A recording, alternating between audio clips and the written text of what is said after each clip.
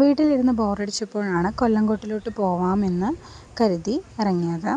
റീൽസിലൊക്കെ ഇപ്പോൾ ഒരുപാട് നിറഞ്ഞു നിൽക്കുന്ന താമരപ്പാടം, കുടിലിടം അതൊക്കെ കാണാനായിട്ടാണ് ഇറങ്ങിയത്. അങ്ങനെ കൊല്ലങ്കോടെത്തി. ഈ കാണുന്നത് താമരപ്പാടമാണ്. പക്ഷേ ഇപ്പോൾ ഇറങ്ങാനായിട്ട് കഴിയില്ല. ഞങ്ങൾ എത്തിയപ്പോൾ തന്നെ വെയിൽ നല്ലോണം ഉണ്ടായിരുന്നു. അപ്പോൾ ആദ്യം സീതാർകുണ്ട് വാട്ടർഫോൾസ് പോയി തിരിച്ചു വരുമ്പോൾ താമരപ്പാടത്ത് ഇറങ്ങാം, കുറച്ച് ഫോട്ടോസൊക്കെ എടുക്കാമെന്ന് തീരുമാനിച്ചു.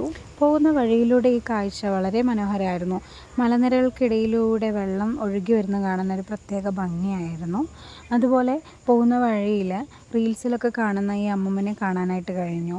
പൈനാപ്പിൾ മേടിച്ചു, അതുപോലെ വിശേഷങ്ങളൊക്കെ ചോദിച്ചു. വഴി പറഞ്ഞു തന്നു ഈ അമ്മമ്മ. ഉച്ചയായതുകൊണ്ട് തന്നെ നല്ലോണം വിശന്നു. ഹസ്ബൻഡിനാണെങ്കിൽ കുറച്ച് നാളായിട്ട് കള്ള് ഷാപ്പിൽ നിന്ന് ഫുഡ് കഴിക്കണമെന്ന് ഒരു ആഗ്രഹം ഉണ്ടായിരുന്നു. അതുകൊണ്ട് തന്നെ നെന്മേനി മാതൃകാ കള്ള് ഷാപ്പിലോട്ടാണ് പോയത് ഫുഡ് കഴിക്കാൻ. നല്ല ഫുഡായിരുന്നു. കൂന്തൽ, അതുപോലെ താറാവ് കറി, ആപ്പം, ബീഫ്, അങ്ങനെ പിന്നെ ഫിഷ് ഫ്രൈ, പൊറോട്ട, അങ്ങനെ എല്ലാവരും നല്ല എൻജോയ് ചെയ്ത് ഫുഡ് കഴിച്ചു. വളരെ നല്ല ഫുഡായിരുന്നു. കപ്പ പുഴുങ്ങിയതും ഒരു സ്പെഷ്യൽ ചമ്മന്തിയും എനിക്ക് വല്ലാത്തൊരു ടേസ്റ്റ് തോന്നി. അങ്ങനെ നല്ല സ്വാദുള്ള നല്ല ഫുഡ് കഴിച്ചു. ഒന്നും പറയാനില്ല. എല്ലാവർക്കും മനസ്സും വയറും ഒക്കെ നിറഞ്ഞു.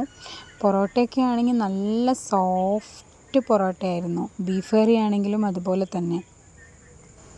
ഞാൻ ആദ്യമായിട്ടാണ് കള്ള് ഷാപ്പിൽ നിന്ന് ഫുഡ് കഴിക്കുന്നത്. പക്ഷേ ഞാൻ ഇത്ര എക്സ്പെക്റ്റ് ചെയ്തില്ല. നല്ല ഫുഡായിരുന്നു.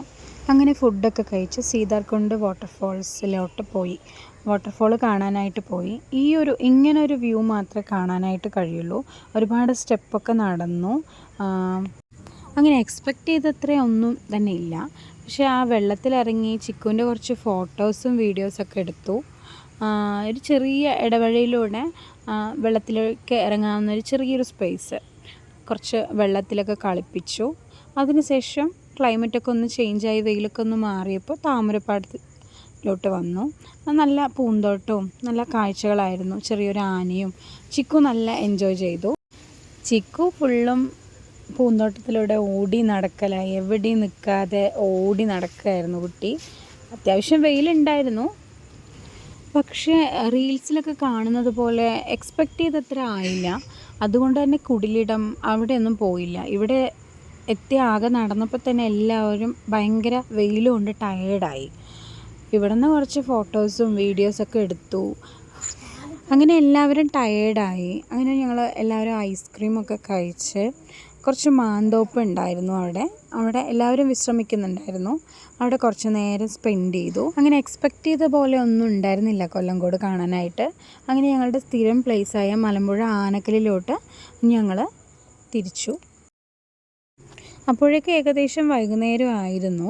തെക്കേ മലമ്പുഴയിലേക്കാണ് ഞങ്ങൾ എപ്പോഴും പോവാറ്. പക്ഷെ ഇപ്പോൾ ഡാം വെള്ളം ഫുള്ളായി നിറഞ്ഞിരിക്കുകയാണ്. അതുകൊണ്ട് തന്നെ അതിൻ്റെ താഴ്ഭാഗത്ത് ഇറങ്ങാനൊന്നും കഴിയില്ല.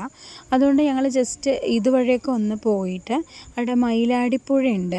അത് ഭയങ്കര നല്ല രസമുള്ളൊരു പുഴയാണ്.